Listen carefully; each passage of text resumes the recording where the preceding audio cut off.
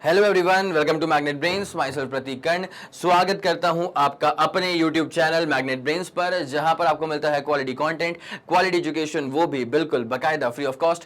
KG से लेकर के क्लास 12 तक का पूरा एजुकेशन सब आपको मिल जाएगा डिटेल्ड वीडियो फॉर्मेट में। और अगर आप हिंदी मीडियम के स्टूडेंट हैं तो आपको परेशान होने की कोई जरूरत नहीं है बेटा। बस एक काम करना है कि मैग्नेट ब्रेन्स के हिंदी मीडियम चैनल को जा करके सब्सक्राइब कर लेना है, नोटिफिकेशंस को याद से ऑन कर दीजिएगा, ताकि जब भी magnet brains Hindi medium channel पर कोई भी वीडियो अपलोड हो, चाहे वो रिकॉर्डिंग हो, चाहे वो लाइव क्लासेस हो या कुछ भी लाइव अपडेट हो, तो वो सबसे पहले आप तक पहुंच जाए, आप कुछ भी मिस ना करें।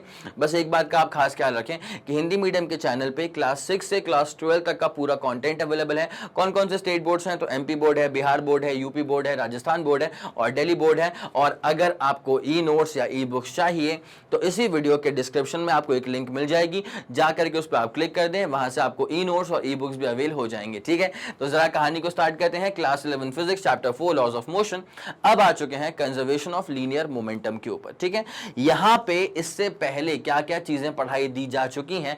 फर्स्ट लॉ हो चुका है, सेकंड लॉ हो चुका है, थर्ड लॉ हो चुका है। अब आ गया है matter conservation of linear momentum को समझने का। ठीक है, तो चलिए बिना समय लगाए आपको स्टार्ट करवाते हैं कंजर्वेशन ऑफ लीनियर मोमेंटम। ठीक है, इससे पहले ना जरा एक एग्जांपल है मेरे पास, ठीक है, जरा वो देखते हुए चल रहा। बहुत ही कॉमन एग्जांपल है बेटा, बहुत ही कॉमन और बहुत ही फेमस एग्जांपल है। ठीक है, जैसे मान ले एक अपन एक घर लिया है, ठीक है, और यहाँ पे क्या है ना कि अभी मान ले ऊपर एक बत्ती चल रही है, ये अपन ने मान लिया ये बत्ती है, ठीक है, और ये बत्ती चल रही है मतलब लाइट है अभी। ठीक है, तो यहाँ पे अपन ने क्या बोला है कि लाइट्स ऑन, लाइट जो है वो भी है यहाँ पे। अब जैसे मान ले कि यहाँ पे ना अपने पास कितने लोग ले लें अपन, यहाँ पे ले लेते हैं अपन, अपने पास 3 लोग हैं। ठीक है, मान लो अपने पास अभी सिस्टम में कितने लोग हैं, अपने पास 3 लोग हैं। ठीक है, और दरवाजा जो है ना वो लॉक्ड है, दरवाजा पूरा लॉक्ड है, तो ये अपने पास सिस्टम है। अब क्या होता है कि यहाँ पे ना मतलब अब मैं ले रहा हूं कि जब लाइट चली गई उसके बाद क्या होगा। ये वाला सिनेरियो कब का था बेटा? जब घर में लाइट थी। ठीक है, अब मैं सिनेरियो कौन सा ले रहा हूं बेटा? जब लाइट जो है वो ऑफ हो जाएगी तब क्या होगा। ठीक है, लाइट्स ऑन वाला तो हो चुका है, अब आते हैं लाइट्स ऑफ। ठीक है, जब लाइट कट गई तो सिर्फ बल्ब रह गया और रोशनी इसमें नहीं है। ठीक है, अभी भी 3 लोग रूम के अंदर ही बैठे हुए हैं बेटा, अभी भी 3 लोग जो हैं वो रूम के अंदर ही हैं, क्योंकि अंदर से कोई बाहर ना जा सके, क्योंकि रूम बंद है ना बेटा, और बाहर से कोई अंदर ना आ सके क्योंकि रूम बंद है। इतनी सी बात है। अब देख क्या होता है बेटा, ये अपने पास ए वाला बंदा, ये अपने पास बी वाला बंदा, ये अपने पास सी वाला बंदा, ये भी अपने पास ए वाला, बी वाला, सी वाला। ठीक है, अब देख इनिशियली क्या हुआ था, इनिशियली इसके पास थे कितने रुपए? इनिशियली इसके पास थे 100 रुपए। ठीक है, इनिशियली इसके पास कितने थे बेटा? इसके पास थे 200 रुपए। और ये सी वाले के पास इनिशियली क्या था? सबके पास पैसा हो जरूरी है क्या? इसके पास कितना है बेटा? 0। अब हुआ क्या, जैसे ही लाइट कटी तो सबके मन में क्या चोर है? सबके मन में चोर है। तो क्या करा बेटा कि अब ना सी वाले ने बी वाले का पैसा उठा लिया। ठीक है, सी वाले ने बी वाले का पैसा उठा लिया, तो अब ये बी वाले के पास कितना हो गया? बी वाले के पास हो गया 200। ठीक है, मतलब बी वाले का पैसा उठा लिया ना, तो बी वाले के पास 0 हो गया और सी वाले के पास में कितना हो गया? 200 हो गया। तो अब ये बी वाले ने क्या करा, इसके मन में भी चोर था, तो अब ये बी वाले ने क्या करा कि ए वाले के 100 रुपए जो है वो चुका लिए। तो अब बी वाले के पास जो खुद के 200 थे वो किसके पास चले गए? सी वाले के पास। अब ए वाले से बी वाले ने 100 जो है वो चुका लिए, तो अब यहाँ पे इसके पास कितना बच गया? बी वाले के पास 100 बच गया। और उसके बाद हुआ क्या कि ए वाले के मन में भी तो चोर था, तो ए वाले ने क्या करा, सी वाले से 50 रुपए चुका लिए। ठीक है, इससे अगर 50 रुपए चुकाओगे इसके पास बचेंगे 150 और इसके पास कितने बचेंगे बेटा? 50। ठीक है, तुम्हें एक बात समझ में आ रही है कि सबका इंडिविजुअल जो वैल्यू है वो चेंज हो चुका है, सबका जो इंडिविजुअल वैल्यू है वो चेंज हो चुका है। ए वाले के पास पहले 100 रुपए थे, अब उसके कितने बचे? 50 बचे। बी वाले के पास पहले 200 थे, अब कितने बचे? 100 बचे। और सी वाले के पास जहां कुछ भी नहीं था, अब सबसे अमीर सिस्टम में वही दिख रहा है। ठीक है, तो भैया यहाँ पे हुआ क्या है ना कि इंडिविजुअल अमाउंट ऑफ मनी जो है वो सबका डिफरेंट आ रहा है, लेकिन पूरे सिस्टम का अगर आप चेक करेंगे ना मनी, तो वो बिल्कुल सेम है। ठीक है, पूरे सिस्टम में जो मनी इनिशियल है, एमआई का मतलब मनी इनिशियल, वो कितना है? 100 प्लस 200, मतलब मनी इनिशियल कितना है अपने पास? 300 रुपए। और जब मैं मनी फाइनल निकालूंगा, तो ये मेरे पास कितना बचेगा? 50 प्लस 100 150, 150 प्लस 150 करेंगे तो कितना बचेगा? 300 बचेगा। क्या आपको ये वाला फंडा पूरा क्लियर हो चुका है बेटा? तो सिस्टम में जितना इनिशियली मनी था उतना ही फाइनली मनी है given that the system is isolated. ठीक है, आइसोलेटेड का मतलब तुम समझ गए ना क्या होता है कि अनडिस्टर्ब्ड है, अनडिस्टर्ब्ड है, अंदर से कोई बाहर ना जा सके और बाहर से कोई अंदर भी ना आ सके, तभी तो सिस्टम जो है उसे कहा जाता है आइसोलेटेड सिस्टम। ठीक है, ये एग्जाम्पल जो मैंने आपको दिया ना, ये मैंने एग्जाम्पल बेस करा था पैसे के ऊपर, लेकिन अब मैं इसी चीज को पढ़ाऊंगा आपको मोमेंटम के बेसिस पे। ठीक है, अब वो समझते हुए चलना क्या होता है। यहां से हमने क्या कंक्लूजन ड्रॉ करा कि मनी जो है ना वो हर एक बंदे का इंडिविजुअल अमाउंट ऑफ मनी जो है ना वो हर एक बंदे का इंडिविजुअली वो चेंज भले हो जाए, लेकिन पूरे सिस्टम का जो कलेक्टिव अमाउंट ऑफ फाइनेंस है, पूरे सिस्टम का जो कलेक्टिव अमाउंट ऑफ मनी है, that is not going to be changed until and unless the system is isolated. It's as simple as that. ठीक है, अब मैं सेम काम कर सकता हूं मोमेंटम के लिए। ठीक है, मान ले दो बॉडीज हैं, दो बॉडीज मूव कर रही हैं, तो भैया टक्कर वक्कर हो गए उनके बीच में, तो जैसे यहां पे एक इवेंट चाहिए था ना, एक इवेंट यहां पर चाहिए था जिससे कि मैं डिस्टिंग्विश कर सकूं कि भैया पहले वाले को इनिशियल बोल देंगे, बाद वाले को फाइनल। तो ये बीच में हुआ क्या, इवेंट क्या हुआ, हैपनिंग क्या हुई, यहां पे लाइट कट गई। ठीक है, लेकिन जब हम बात करेंगे मोमेंटम के बारे में तो वहां पे लाइट वाइट का कोई जिक्र नहीं होगा, वहां पे बॉडीज में कोलिजन होगा। तो हम कोलिजन से पहले को एक सिस्टम मानेंगे, एक सेटअप मानेंगे, और कोलिजन के बाद को अपन एक नया केस लेके चलेंगे। ठीक है, ये वाला फंडा पूरा क्लियर हो गया। तो यहां पर जैसे individual amount of money change हो रहा है, लेकिन कलेक्टिव मनी जो है वो सेम कंजर्व्ड है। कंजर्व्ड का मतलब टू रिमेन कांस्टेंट। तो वैसा ही अब हम पढ़ने वाले हैं मोमेंटम को लेकर के। इंडिविजुअल बॉडीज का जो मोमेंटम है अपना अपना, किसी का बढ़ सकता है, किसी का घट सकता है, लेकिन फिर भी सिस्टम का जो टोटल मोमेंटम होगा इनिशियली वही सिस्टम का टोटल मोमेंटम होगा finally. It's as simple as that. ठीक है, मेरे ख्याल से ये वाला फंडा आपके दिमाग में सुप्रीमली क्लियर हो चुका होगा। ये रफ एग्जांपल मैं चाहूंगा कि आप ना कॉपी बना करके रखें भाई, लॉन्ग रन में बहुत काम आता है ये एग्जांपल। ठीक है, ये परसेप्शन जो है ना दिमाग में जो भी क्लियर हुआ है, ये चीजें लॉन्ग रन में बहुत काम आती हैं। हो गया फिर क्लियर? चलें आगे बढ़ते हैं।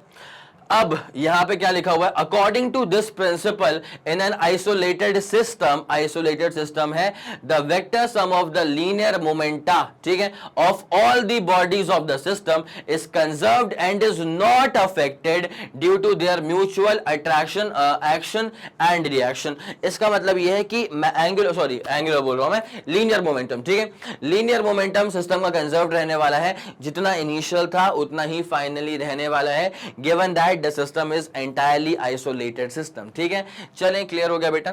Thus in an isolated system, that is a system with no external force, mutual forces between pairs of particles in the system can cause changes in their linear momentum। ठीक है, okay, but as the mutual forces for each pair are equal, ठीक है, and opposite, the linear momentum changes cancels out। ठीक है, momentum में जो भी change होगा वो कैंसिल आउट हो जाएगा, जिसकी वजह से मोमेंटम में there will be no net change in the momentum। इसलिए कहा जाता है कि लीनियर मोमेंटम जो है वो कंजर्व्ड रहने वाला है, जितना इनिशियल था उतना ही final. That's why called as the linear momentum का कंजर्वेशन। ठीक है, तो अब ये वाला फंडा क्लियर हो गया होगा। अब जरा यहां पे आते हैं।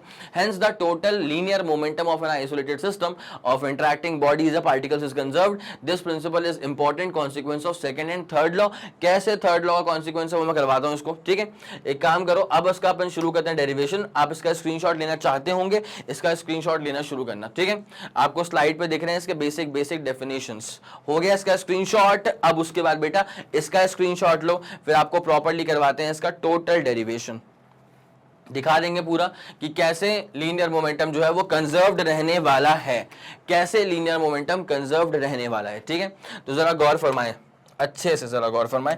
यहां करते हैं डेरिवेशन। इनिशियल केस ले रहा हूं पहले। ठीक है, पहले ले रहा हूं बेटा एकदम इनिशियल केस, पहले ले रहा हूं बेटा एकदम इनिशियल केस। ठीक है, उसके बाद क्या है, फिर दोनों बॉडीज में आपस में क्या हो गई, टक्कर हो गई है। दोनों बॉडीज में आपस में क्या हो गई है भैया, दोनों बॉडीज में आपस में क्या हो गई है, टक्कर हो गई है। ठीक है, और उसके बाद फिर क्या हो रहा है, ये थोड़ा सा, हाँ जी, ये सटीक बना है। ठीक है, दोनों बॉडीज में क्या हो गई, टक्कर हो गई है, और टक्कर के बाद फिर वापस से दोनों बॉडीज जो है ना वो अपनी अपनी स्पीड से निकल रही हैं। टक्कर के बाद फिर वापस से दोनों बॉडीज जो है ना वो अपनी अपनी स्पीड से निकल रही हैं, कोई दिक्कत नहीं। ठीक है, बॉडीज का नाम लिख दो। इसका मास ए, यही वही पहली वाली बॉडी, ये वही पहली वाली बॉडी, भूल ना जाना, और ये दूसरी वाली बॉडी, ये दूसरी वाली बॉडी, और ये दूसरी वाली बॉडी का मास, ठीक है। अब देख क्या हो रहा है इनिशियल केस में, क्या हो रहा है बेटा, इनिशियल केस में पहले वाली बॉडी कहाँ भाग रही है, इस तरफ भाग रही है, दूसरी वाली बॉडी भी इस तरफ भाग रही है। जान दे टक्कर तो हो चुकी है, टक्कर के बाद फिर ए वाली बॉडी यहाँ जा रही है और बी वाली बॉडी यहाँ जा रही है, लेकिन अब वेलोसिटी जो है ना वो चेंज हो चुकी होंगी। तो पहले इनिशियल केस में क्या था, initial velocity of A, initial velocity of B, टक्कर हो गई तो ये क्या बन जाएगा, फाइनल वेलोसिटी ऑफ ए, ये क्या बन जाएगा, फाइनल वेलोसिटी ऑफ बी। टकराने के बाद इवेंचुअली क्या होगा, जरा इस बात पे आप गौर फरमाएंगे। ए वाली बॉडी ने बी वाली बॉडी को आगे धक्का मार दिया, ठीक है, तो इसको अपन कहते हैं फोर्स ऑन, किसके ऊपर का फोर्स है, बी के ऊपर का फोर्स है, किसकी वजह से लग गया, ए वाली बॉडी की वजह से लग गया, ठीक है। Now for every action there is an equal and opposite reaction. अगर ए वाली बॉडी ने बी वाली बॉडी को आगे धक्का दे दिया है तो बी वाली बॉडी ए वाली बॉडी को पीछे धक्का मार देगी और इसे कहा जाएगा फोर्स ऑन ए, किसकी वजह से, बी वाली बॉडी की वजह से। It's as simple as that. मेरे ख्याल से पूरा फंडा क्लियर है। ऊपर वाला जो पूरा सिनेरियो है वो इनिशियल सिनेरियो है, ठीक है। डब्बे में डाल दूं इस चीज को बेटा मैं, ये वाला जो पूरा सिनेरियो है ये इनिशियल सिनेरियो है, ये वाला जो पूरा सिनेरियो है ये है एट कोलिजन का सिनेरियो, जब कोलाइड हो चुकी हैं बॉडीज, और ये वाला जो सिनेरियो है वो है तुम्हारा आफ्टर कोलिजन सिनेरियो, ठीक है। तो before collision, at collision, after collision, ठीक है। अब देख भैया क्या होता है, अकॉर्डिंग टू, यहां पे अप्लाई करेंगे अपन Newton's third law of motion. क्या अप्लाई करेंगे, Newton's third law of motion. तो थर्ड लॉ के अनुसार क्या होता है, for every action there is an equal and opposite reaction, ठीक है। तो according to third law of motion हमें पता है कि जितना फोर्स ए वाली बॉडी ने बी वाली बॉडी के ऊपर लगाया उतना ही फोर्स बी वाली बॉडी ने भी ए वाली बॉडी के ऊपर लगा के रखा हुआ है, ठीक है। तो उसको कैसे लिखा जाएगा, इसको दरअसल ऐसे लिखा जाएगा, जितना फोर्स बी वाली बॉडी पे लगा ए वाली बॉडी की वजह से उतना ही फोर्स ए वाली बॉडी पे लगा दिया बी वाली बॉडी ने, but in the opposite direction. यहां तक कोई दिक्कत वाली बात बिल्कुल नहीं है, ठीक है। अब देख क्या होता है, न्यूटन के थर्ड लॉ के अनुसार, ये तो अपन ने लिख दिया, ठीक है, ये लिखा है अपन ने न्यूटन के थर्ड लॉ के अनुसार, लेकिन अब मैं आपसे बात करूंगा according to Newton second law. भाई अब आप सब लोग जानते हैं कि न्यूटन का सेकेंड लॉ जो था वो किस पर बेस्ड था। अगर आप लोगों ने लेक्चर मिस करा है तो इट्स अ हम्बल रिक्वेस्ट, जा करके एक बार वीडियो वापस से चेक कर लेना, पूरा फंडा क्लियर हो जाएगा न्यूटन के सेकेंड लॉ का भी, ठीक है। तो वहां पे ये कहा गया था कि अगर हमने किसी बॉडी के ऊपर फोर्स अप्लाई कर दिया तो उस बॉडी का मोमेंटम जो है वो चेंज हो जाता है, ठीक है। सुनते हुए चलो अच्छे से। तो अकॉर्डिंग टू सेकेंड लॉ, अब किसकी बात कर रहे हैं बेटा, अकॉर्डिंग टू सेकेंड लॉ, अगर हमने किसी बॉडी पे फोर्स अप्लाई कर दिया तो उस बॉडी का मोमेंटम जो है वो चेंज हो जाएगा। It's as simple as that. भाई यहां पे फोर्स लग रहा है बी वाली बॉडी के ऊपर, यहां पर फोर्स लग रहा है बी वाली बॉडी के ऊपर, तो मोमेंटम किसका चेंज होगा, मोमेंटम चेंज होगा बी वाली बॉडी का और टाइम के रिस्पेक्ट में चेंज होगा, ठीक है। Is equal and opposite. भाई एफ ए बी का मतलब क्या होता है, force on A due to B, मतलब फोर्स ए वाली बॉडी पे लग रहा है। बेटा अगर फोर्स ए वाली बॉडी पे लगेगा तो मोमेंटम भी तो ए वाली बॉडी का ही चेंज होगा ना भाई। आया समझ की नहीं आया? जिस बॉडी पे हमने फोर्स अप्लाई करा है उस बॉडी का मोमेंटम चेंज होता है, ठीक है। जैसे एफ बी ए का मतलब क्या होता है, force on B due to body A, तो फोर्स बी वाली बॉडी पे लग रहा है, ए वाली बॉडी फोर्स लगा रही है, लेकिन फोर्स लग किस पर रहा है, बी वाली बॉडी पे लग रहा है। अगर फोर्स बी वाली बॉडी पे लगेगा तो मोमेंटम बी वाली बॉडी का चेंज होगा, ठीक है। वैसे पकड़ लो उसको, एफ ए बी का मतलब क्या होता है, force on A due to B, ठीक है। फोर्स ऑन ए है, भले ही ड्यू टू बी है, लेकिन फोर्स लगा किसके ऊपर, ए के ऊपर ना, तो मोमेंटम किसका चेंज होगा, ए का मोमेंटम चेंज होगा। It's as simple as that. अब एक काम करो बेटा, यहां पे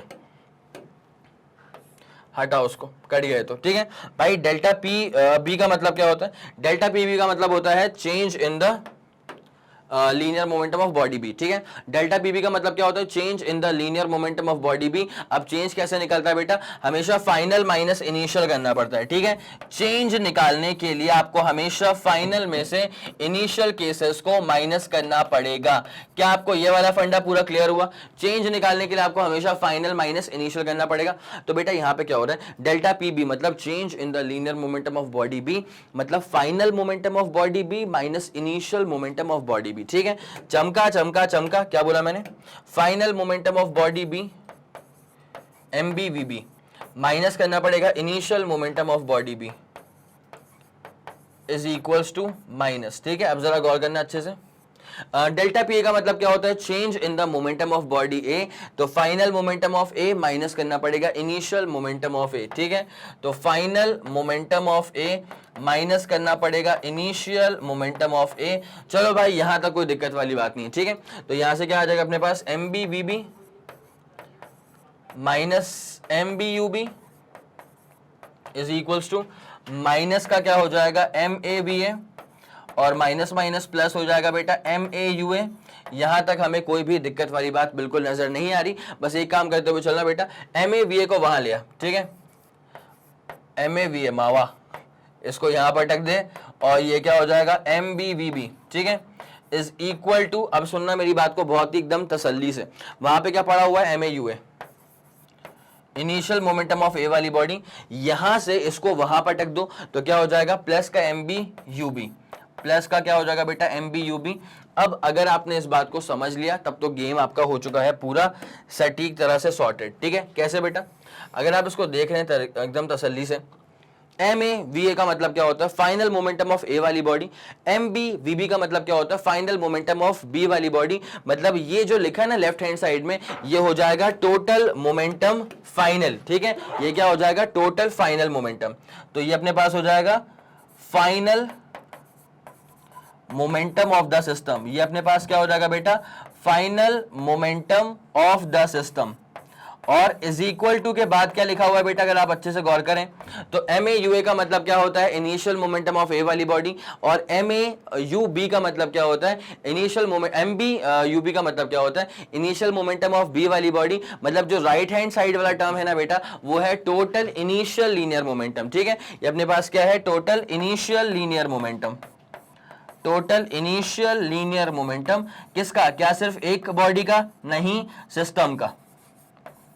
इसका मतलब हमने क्या चीज को प्रूव कर दिया बेटा, कि लीनियर मोमेंटम जो फाइनली है वही इनिशियली था। इसका मतलब there is no loss, there is no gain. इसका मतलब linear momentum is absolutely conserved. It's as simple as that. ये आपके पास पूरा डिटेल में एक्सप्लेन कर दिया गया है। ये रहा आपके पास स्क्रीनशॉट लेने का मौका, जरा एक बार चेक कर लीजिए, कोई दिक्कत वाली बात तो नहीं है। 3 2 1 रेडी गो, सुपर क्लियर, सुपर डन। चलो भाई आगे बढ़े, यहां तक हमें मेरे ख्याल से कोई दिक्कत बिल्कुल भी नहीं आ रही होगी। डेरिवेशन हो चुका है डंडना डंडन। अब उसके बाद यहां पे कुछ बेसिक कंक्लूजन्स हैं, जरा उसको देख लिया जाए। एक बार जरा सेल्फ ट्राई करो कि तुम्हें चमक रहा है कि नहीं चमक रहा है, ठीक है। अगर चमक रहा होगा तो बहुत बढ़िया, अदरवाइज फिर इसको मैं डिस्कस करूंगा। और एक बार इसको एक बार पढ़ लिया तो उसके बाद एक न्यूमेरिकल सॉल्व करेंगे अपन, और न्यूमेरिकल बड़े आराम से सॉल्व हो जाएंगे। कैसे पकड़ेंगे हम इस बात को कि ये जो न्यूमेरिकल है वो मोमेंटम के ऊपर बेस्ड है। बेटा अगर सवाल में सिर्फ और सिर्फ मास और वेलोसिटी की बातें हो रही हैं तो कहीं ना कहीं वो एक तरह से इशारा है कि ये मोमेंटम पर बेस्ड क्वेश्चन है। एक बार जरा कंक्लूजन देखिए, उसके बाद फिर अपन कहानी को स्टार्ट करते हैं। चलें फिर, बहुत बढ़िया। तो आप लोगों ने कंक्लूजन देख लिया होगा, क्या क्या लिख के रखा है यहाँ पे। The total linear momentum of the system remains constant. Absolutely constant तो रहेगा ही रहेगा, because principal of conservation of linear momentum क्या बता रहा है आपको कि लीनियर मोमेंटम कंजर्व्ड है। इसका मतलब जितना लीनियर मोमेंटम इनिशियल था उतना ही लीनियर मोमेंटम फाइनली भी आपको मिल रहा है, तभी तो वो कंजर्व्ड है, तभी तो वो कांस्टेंट है, ठीक है। ओके, दूसरा क्या बोल रहा है बेटा यहाँ पे, दूसरा स्टेटमेंट ये है, change in linear momentum of the system is always zero. ठीक है भाई, अगर यहां पे आप चेक करें, अगर लीनियर मोमेंटम कंजर्व्ड है मतलब कांस्टेंट है, तो कांस्टेंट का मतलब क्या होता है कि वो चेंज नहीं कर रहा है। तो एक ऐसी चीज जो कांस्टेंट है, अगर मैं उसके बारे में आपसे पूछ लूं कि उसमें कितना चेंज आ रहा है, तो फिर आप क्या बोलेंगे, सर वो कांस्टेंट है, उसमें कोई चेंज नहीं आ रहा है, change is absolutely equal to कितना, zero. It's as simple as that. ठीक है, उसके बाद क्या बोला गया, change in linear momentum of A is equal and opposite to that of the change in linear momentum of B. इसका मतलब क्या होता है, अगर ए वाली बॉडी में लीनियर मोमेंटम में 10 का लॉस होगा तो फिर बी वाली बॉडी में लीनियर मोमेंटम में 10 का गेन हो जाएगा, बिकॉज चेंज जो है उसका नेचर कैसा होगा, ऑपोजिट नेचर होगा। अगर ए वाली बॉडी का लीनियर मोमेंटम 10 का लॉस खा रहा है तो बी वाली बॉडी का लीनियर मोमेंटम में 10 का गेन हो जाएगा। It's as simple as that. मेरे ख्याल से ये वाला फंडा क्लियर हो गया होगा, गिवन दैट दो ही बॉडीज है, ठीक है। गिवन दैट बॉडीज सिर्फ दो ही हैं, दो से ज्यादा बॉडीज नहीं है, उस केस में ऐसा होगा कि ए वाले का इतना लॉस हुआ उतना बी वाले का गेन हो गया, it's as simple as that, ठीक है। दो ही इन्वॉल्व थे इसलिए ऐसा मैंने बोला। उसके बाद फोर्थ पॉइंट क्या बोल रहे हैं, the force that A exerts on B is equal and opposite to the force that B exerts on A, मतलब न्यूटन का थर्ड लॉ, जितना फोर्स ए वाली बॉडी ने बी वाली बॉडी पे लगाया है उतना ही फोर्स बी वाली बॉडी भी ए वाली बॉडी पे लगाएगी, it's as simple as that, ठीक है, पक्का। चलें अब आते हैं आपको एक बहुत ही शानदार से क्वेश्चन पे लेकर के। A person of mass 62 kg is standing on a boat of mass 238 kg. The person is holding a ball of mass 0.5 kg. Find the reverse velocity of man boat system if the person throws the ball on the forward direction with the velocity of 6 meter per second. अब जरा आपको सवाल पे लेकर के आए, जरा गौर करें, जरा गौर करें क्या है इसका पूरा क्वेश्चन, एकदम तरीके से देखते हुए चलना, ठीक है। ये इनिशियल केस बनाऊंगा फिर बनाऊंगा फाइनल केस, ठीक है। पहले इनिशियल केस बनाऊंगा फिर बनाऊंगा फाइनल केस, ठीक है। तो इनिशियल केस में क्या हो रहा है बेटा कि एक बोट है, ठीक है, उसके ऊपर एक आदमी है, तो ऑब्वियसली बोट का है पानी में, ये तो पूछने वाली बात ही नहीं है ना, ये तो पूछने वाली बात ही नहीं है। तो ये अपने पास मान ले बोट है और इसका मास कितना है, इसका मास है 238 kg, ठीक है। अब इसके ऊपर ना एक बंदा है, इसके ऊपर एक बंदा है और इस बंदे के हाथ में एकदम ये शाहरुख खान स्टाइल में खड़ा हुआ बंदा है तो, और इसके हाथ में एक बॉल है, इस बॉल का मास कितना है, मान लीजिए 0.5 kg इसका मास है, ठीक है। ये इनिशियली है। उसके बाद हुआ क्या, उसके बाद हुआ ये फाइनली क्या हुआ कि फाइनली भाई वही अपने पास एकदम ब्लू पानी पानी, ठीक है, ये अपन लेके चलेंगे। लेकिन अब हुआ क्या है कि इस बंदे ने इस बॉल को फेंक दिया भाई, ठीक है, इस बंदे ने इस बॉल को फेंक दिया। तो अपन पहले बोट तो बना दें एक बार, अपन पहले बोट तो बना दें एक बार। तो ये रहा बोट, ठीक है। अब यहाँ पे क्या है कि वही वाला बंदा खड़ा है इसके ऊपर, ऑब्वियसली सेम बंदा, ये तो बंदा चेंज थोड़ी हो जाएगा, लेकिन इसने क्या है कि बॉल को फेंक दिया, ठीक है, इसने क्या है कि बॉल को फेंक दिया। और अब जो ये बॉल जा रही है ना बेटा, ये बॉल आगे की तरफ मूव कर रही है विद सम वेलोसिटी ऑफ कितना बेटा, इसकी वेलोसिटी है मेरे पास कितनी, 6 मीटर पर सेकंड की इसकी वेलोसिटी है, ठीक है। 6 मीटर पर सेकंड की वेलोसिटी के साथ इसको अपन ने फेंक दिया है।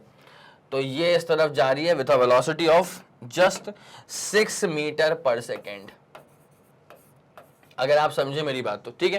तो देखो क्या हो रहा है बेटा, बोट का मास कितना है 238 kg, आदमी का मास कितना है 62 kg, बॉल का मास कितना है 0.5 kg, ठीक है। अगर आपने सवाल नहीं देखा है तो मैं चाहूंगा, आपसे गुजारिश करूंगा एक बार आप सवाल देख लें, मतलब जो बेसिक डेटा है ना एटलीस्ट वो आपके पास हो, ताकि अपन को क्या है काम करना आसान रहे, ठीक है। बेसिक डेटा आपके पास हो ताकि काम करना अपने लिए आसान रहे।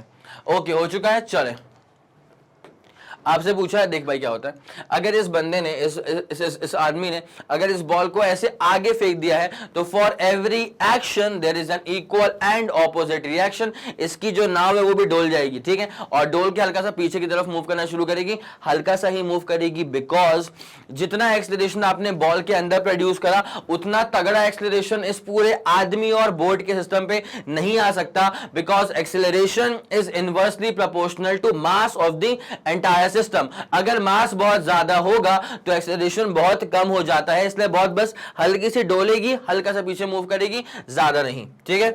चलो, ये इनिशियल है,